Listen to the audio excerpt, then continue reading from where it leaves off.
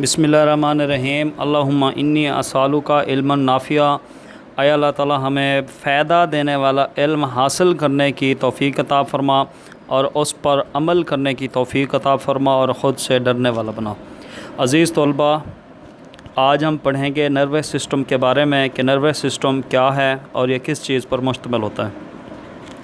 جب چلتے چلتے اچانک کسی شخص کے پاؤں پر زخم یا چوٹ لگتی ہے تو وہ درد محسوس کرتا ہے۔ اس کا ہاتھ فوراً زخمی حصے تک پہنچتا ہے۔ اس کے ہاتھ کو زخمی حصے تک پہنچنے کا حکم کون دیتا ہے؟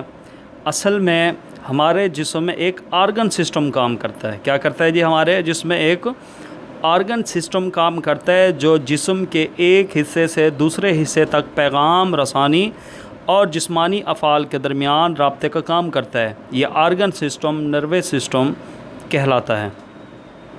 انسانی نروس سسٹم جو ہے سینٹرل نروس سسٹم اور پیریفیرل نروس سسٹم پر مشتمل ہوتا ہے۔ سینٹرل نروس سسٹم دماغ اور اسپائنل کارڈ پر مشتمل ہوتا ہے۔ پیریفیرل نروس سسٹم پورے جسم میں پھیلی ہوئی نروز کے ایک جال پر مشتمل ہوتا ہے جو جسم کے تمام حصوں کا سینٹرل نروس سسٹم کے ساتھ رابطے کا کام کرتا ہے۔